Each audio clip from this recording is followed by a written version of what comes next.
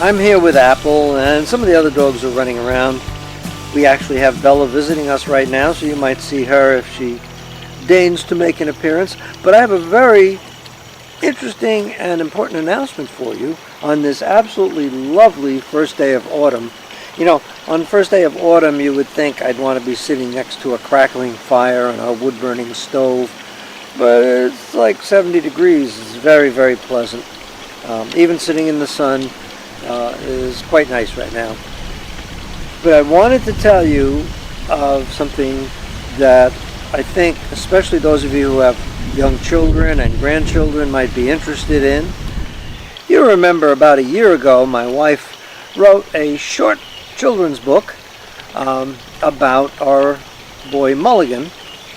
Mulligan suffered a terrible accident when he was a puppy and broke his jaw, and after a couple of surgeries half of his jaw had to be removed, and his dreams of, well, our dreams of having him as a show dog kind of went out the window, and we had to find other things to justify keeping Mulligan because he's a good boy.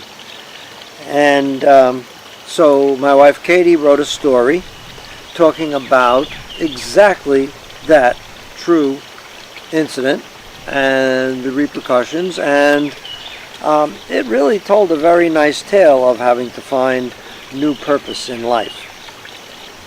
That book was called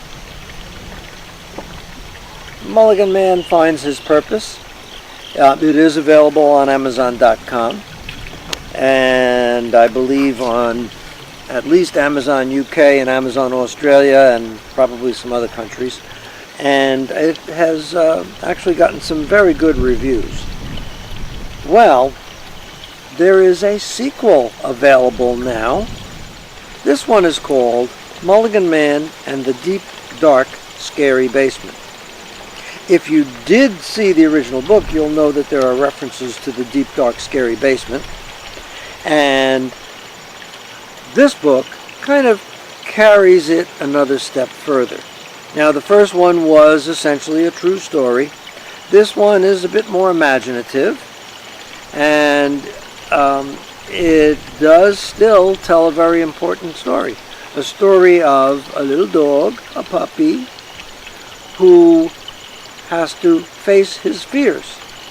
I mean, I go down my basement, and it looks pretty deep, dark, and scary to me. And the same thing in Mulligan's house. It's a pretty deep, dark, scary basement. So it's understandable that a dog might find that a bit formidable.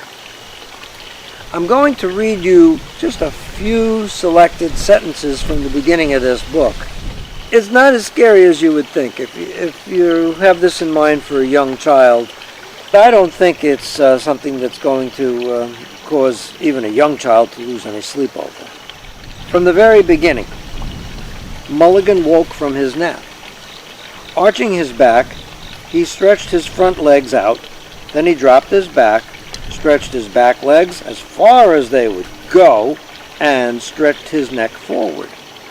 Ah, that felt good, he said to himself. Kind of reminds me of doing yoga, the downward facing dog position. I guess that's where the name comes from. The house was quiet. Where did everybody go, he wondered. He checked out the kitchen. No one was there. He moved into the living room. Everything was neat and tidy, but no one was there either. He couldn't even find Uncle Hubble, you remember Uncle Hubble, whose favorite napping place was in the corner by the bathroom door. As he walked down the hall to go back to the kitchen, he noticed that the door to the deep, dark, scary basement was open. Not much, just a little bit, with a space just big enough to fit his front paw into between the door and the wall, and maybe just enough to pull the door open wide enough so that he could fit through. I'm going to leave that there. But it does involve facing your fears and realizing that sometimes what we fear is really nothing to fear at all, maybe something to be respected, but not feared. This one, I did want to discuss the illustrations. All the illustrations in the first book were done by my talented granddaughter Alyssa, and she did an awful lot of the illustrations for this one. But we also tried a little something new. Katie tried she has a little bit of an artistic bent, and so she tried her hand at some pen and ink drawings, and I think they came out quite well too. And now we know where our granddaughter gets her talent from. And of course, I couldn't do any drawings. I mean, I have trouble with stick figures, believe me. So what I do have ability with is technology. And so I use some photo editing software to fill in color and backgrounds and so on. And I think the three of us made a great team, and there's some beautiful illustrations. You might notice them flashing over here, which is why Apple and I so mysteriously switched places just a few seconds ago. So, since the holiday gift-giving season is coming up on us rapidly, you might want to look for Mulligan Man and the Deep, Dark, Scary Basement, available very reasonably from Amazon. And if you don't have it, your reader will probably want to tackle Mulligan Man Finds His Purpose first, because that tells Mulligan's origin story. And just one more word.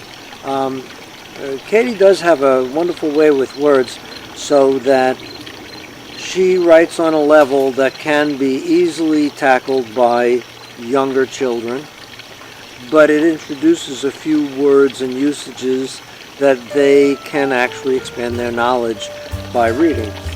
So I think all in all, it'll be a very good experience for them. You might enjoy it too. It's a cool story. And like I said, lots of illustrations. So thank you for bearing with me on that, Apple. Thank you for staying with me all this time. Okay, but when is she gonna write a book about me? And we'll be back talking to everybody again soon.